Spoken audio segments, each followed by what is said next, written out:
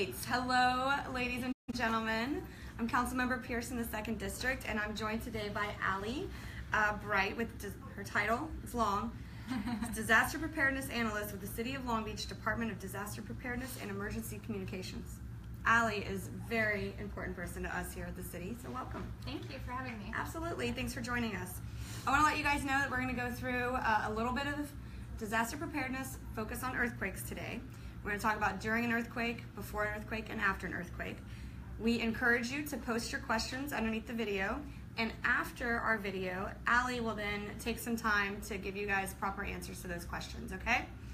All right, well, as you guys know, in Long Beach, we have a thriving downtown with lots of high-rises and lots of residents that are often asking my office, what can we do to be prepared for any disaster? So today we're going to talk about earthquakes, and I'm curious to hear from you. What should we do in an earthquake? Should we like run? Should we stand in doorways? What should we do? Okay, so don't run, don't get in a doorway.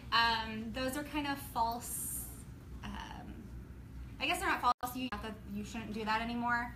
We don't want to do the doorways because we were finding people were getting their fingers smashed, things like that. Buildings can move, but your district especially that live in high rises, what we really want to see you do is prepare yourself beforehand. So have like an emergency kit. Okay. If you guys don't have an emergency kit already, we have a super awesome handout online that you can find. It's a nice little check-off list. And what is this? A family communications plan, guys. Yeah, so this is very helpful. This talks about it in here. So you want to have your kit and your family communication plan. Or I also did a Facebook Live on building your kit a couple weeks ago. You can find well. And then have a fire extinguisher in your home, very important. How many of you guys have a fire extinguisher in your home? That's right, everybody at home, raise your hand. Okay. I do, but only because of my job. Or know where they're located at in your building, especially if you live in a high-rise. Usually they should have them, usually on each floor, I think. So let me ask, if you're not in a high-rise, I think any normal store, online, Amazon, you can get pretty much everything on there, like your local hardware store should have them. Even places like Target and Walmart will carry small-scale fire extinguishers. Target. Yeah. Okay. So just have one of those on hand. The other thing we suggest that you have handy at home, and a lot of people don't think about it, is having by your bedside a bag that has a pair of sneakers, and I got a really old pair of shoes in here.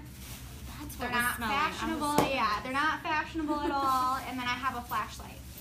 And the reason we go ahead and we do this is most of the injuries we see after an earthquake are from broken glass. People step on things that have broken and cut their feet up. So, really simple way to make sure that doesn't happen, having this like under your bed, bedside table, things like that. That's great. It's a helpful tip that I would not have thought of. Yeah, so we really, really want everyone to have one of these, or at least keep a pair of shoes under your bed. Okay.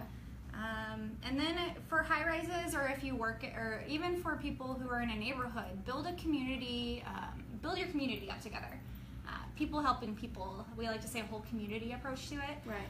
So have like a meeting where you all get together and you talk about who has special skills, like who's a nurse, who works in public works, who does construction, and in looking for those people who have access or functional needs and may need help after an emergency. So maybe my neighbor's in a wheelchair.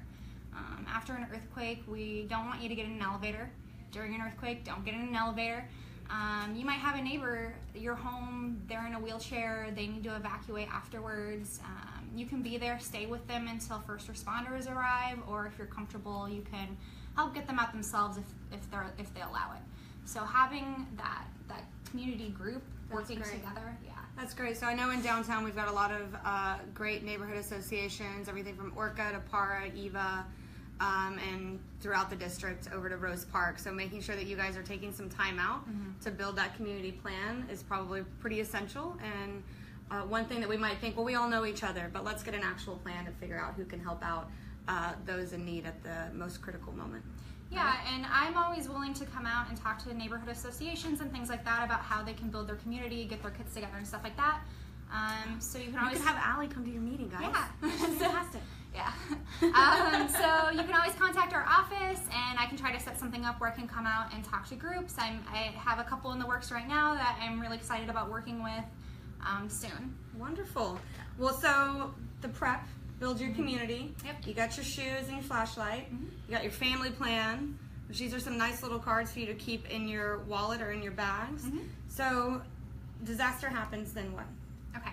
So shaking starts. You want to get away from windows like we have over on this wall. You want to get away from breakable items that can fall on you. So we have like a water cooler in here. We have shelves with knickknacks and stuff on them. You want to make sure that you're in a place where you're not going to have debris that can fall on you. And then we actually practice something that's called drop, cover, and hold on. You want to do it in the room that you're in. And if you can, you want to get under something sturdy. Otherwise, you can do it without. But we're actually going to demonstrate that. Glass table. I should totally get underneath this glass table, right? I would not recommend that. Don't get under a glass table. For this room, I would recommend doing it over in the wall over there. Hang out on the wall, okay. You know, something, I don't know what would fall in this, but you never know. And then but it could I have shatter. staff out here in the front. Yes. So where should my staff do? I would have them go under their desk, and we can actually have one of them there right now. Shall we? All right. Okay, so disaster's happening. All right. So Manny here is an intern for the council member's office, and he's going to. So that earthquake's happening, the shaking's happening. So you want to drop down immediately. Get all the way down to the ground. Like hug it tight, and Hug it tight. hug it tight down. And then you want to cover. So with the cover, you want to protect your head and your neck. The most dangerous for you. So with a free hand, you're going to cover that, and then with your other one, you're going to hold on. And it's not so much maybe with this desk, but with other tables and things like that, they can move with the earthquake, and we want you to move with whatever is providing you safety. Yeah, so you can do kind the of sway with the table. Yeah, so if the table's moving, you're just moving along with it, kind of like it's your shell and you're a turtle. Right, I like it. And then if you don't have a desk or something, you can do the same thing, the drop, cover, hold, but instead of holding on this desk, you'd put your arms, both arms over your head and neck, so show them that. So you would go ahead and do that, and you would just do it away from windows and things that can fall on you next to like a wall. But thank you, Manny. Manny, everybody. Bravo, Manny. Okay. So that happens. Earthquake happens. You duck, you sway, you're part of your environment, and then the earthquake ends. Okay. So if you've ever been through an earthquake, you know aftershocks can happen. So after the first initial shaking stops, kind of you could get aftershocks. They're not going to be probably as violent as the first one, but they're going to be there. And then you want to survey your surroundings and see if it's okay for you to leave. If you feel that your building isn't safe to be in anymore, you can go ahead and leave it at that time. Again, taking the stairs, don't take the elevator. Right. But just remember, we want you to stay inside in a high rise. Don't try to leave. A lot of people are like, well, I'm going to run out if I'm in a high rise. I don't want to be in there. Shaking's not going to last that long. You're going to get downstairs and it's going to be over. And then stuff can fall off the building.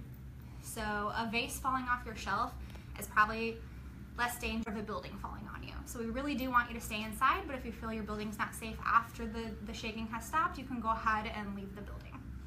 Okay, and let me ask, we have both elders and some folks that might be handicapped that live in some of our high rises. We know whenever we had the electrical outage, we had some challenges with people getting access to resources.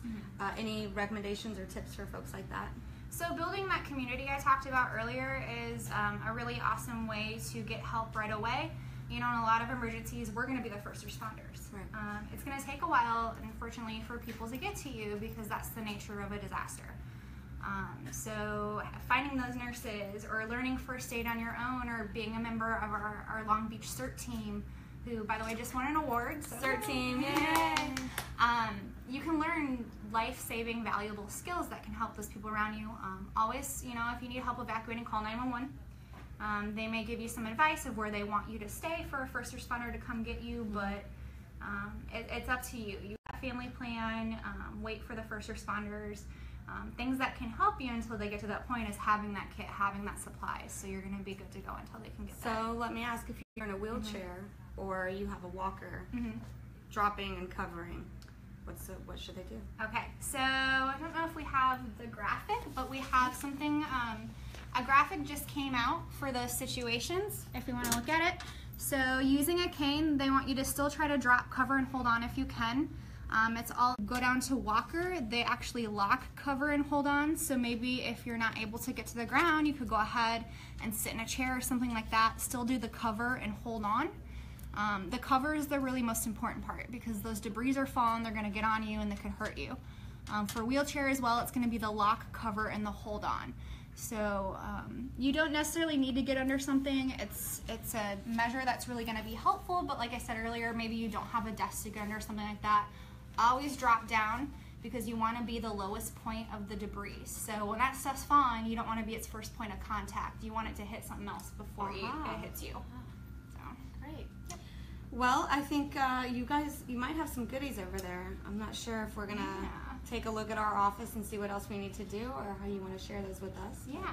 So before an earthquake happens, there are things you can do besides building your emergency kit and getting your plan and talking to you as a community. You can actually earthquake-proof your home.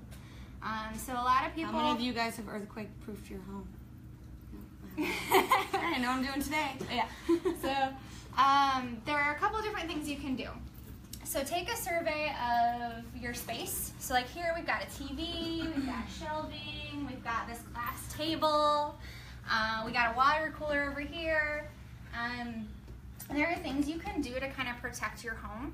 So if you're a homeowner, I'm not, anyone homeowner? Water heaters. They're supposed to be braced by law. So you can go to like your Home Depot, your Lowe's, things like that, and buy braces to make sure that your water heater's on the wall so it's not going to shake and cause damage. I don't want that water heat popping off. That's not good. You do not. For things like knickknacks on a shelf, so if you have a tall shelf, there's things like wax or museum putty. Quake hold. I had no idea. I'm from Texas. I had no idea these things existed. So this is kind of the stuff that they use in museums. Be aware, you know, for walls, I've had it take off paint. But if you're using it for knickknacks on shelf, this kind of works the way museums work it. So they put it on the bottom of like a vase or a picture frame or something like that, and it kind of helps it stick to the shelving unit. Wow. So that way when it moves, it won't actually come off. That's awesome. I had no idea. And it's, you know, these things are pretty affordable. You can find them at most stores. You can find them online. Just kind of a good way. To keep your stuff safe. And then also for shelving, put the heaviest things on the bottom. So just kind of a little, So smart, for shelving, you always want to make sure it's braced to the wall. So these are examples of ones that you can buy. These are actually Velcro and they go like on the top. So when the shaking starts, it can't fall over. And if we look, so if we look what? We're totally perfect over here. Everything's totally secure. So if we look behind us, we have these shelves here. Most shelving you buy from companies like IKEA, Target, things like that, especially in California, are going to have the little brackets that come with them. I'll be honest with you, I'm not from California, so neither am I. It's okay. We chose California. We did. We chose it. So I'm actually from Iowa. So I'd never experienced earthquakes before I moved out here or anything like that, and I would get furniture there that had the brackets, and I'm like, what is this? Throw it away. I moved out here and I'm like, oh, it serves a purpose. So whenever you buy furniture and you see these little brackets, they're not extra parts. They're for you to brace your cabinets to your wall. Follow instructions, whatever it says to do it, but that's really important. Even, you know, if you have kids climbing on them, kids climb on things anyway. So even not for an earthquake, it's good to brace your cabinets so they don't fall on you. So for TVs, we actually just did this at my house. You want to go ahead and make sure that it's mounted. I'll give that to you. You want to make sure that it's mounted on the appropriate type of bracket, can hold the TV's weight, things like that. It's a little iffy here, guys. Or if it's on a TV stand, you can buy these things that attach to the back so your TV can't flip over. And you know what? My husband just bought us a new 65-inch flat screen TV, and I don't know how much it costs, but I really don't want that thing to get damaged in an earthquake. You really want your TV after an earthquake. Yeah. So things like this can go ahead and make sure that maybe you won't have as much property damage going on. That's great. Little things. And yeah. this can't cost that much. No, Yeah. I think everything here, all different items, were probably all under $15. That's great. So little things you can do around your home, and you can also find this stuff online as well. Wonderful. Okay. So you guys have now been through an earthquake. You've prepared. You now have a shopping list. You know where to go, what to get. And if you have any other questions, we've got Allie that will be answering those questions after this video. And so you should just read down in the feed and you'll be able to get those questions answered for you guys. Yeah. And I just wanted to put out there that all month on our Facebook, Twitter, and Instagram for disaster preparedness, we'll be doing earthquake tips, videos, all kinds of goodies for you guys to watch and learn about. So please follow us this month. And then last thing I just want to plug is Alert Long Beach. Yes, So Alert Long Beach. this is the city's free notification system. Please sign up for it. We're gonna do normal media. We're gonna do TV, radio, press releases, things like that. But this is actually controlled by my department. Our 911 center can put out these messages. And so say we get that earthquake, we're evacuating, opening shelters. If you've signed up for this online, we can text you, we can call you, we can email you and let you know what's going on in a matter of minutes. So That's wonderful. It's a really good program. Really proud of Long Beach for really putting together a disaster preparedness team that has really taken this on. And it's not only earthquakes that we're looking at. We've got everything disaster preparedness for your pets, which we enjoyed having you guys come out a while back when we had the dog park discussion. And so, like I said before, this is not going to be our only video where we're talking about disaster preparedness. We know there are other disasters that might impact our residents, and so be on the lookout for more videos. And if you guys have any questions or comments, we look forward to hearing from you guys. And don't forget, we got to drop, cover, and hold, or if you're in a wheelchair, we want to have you guys lock, cover, and hold. Thank you so very much.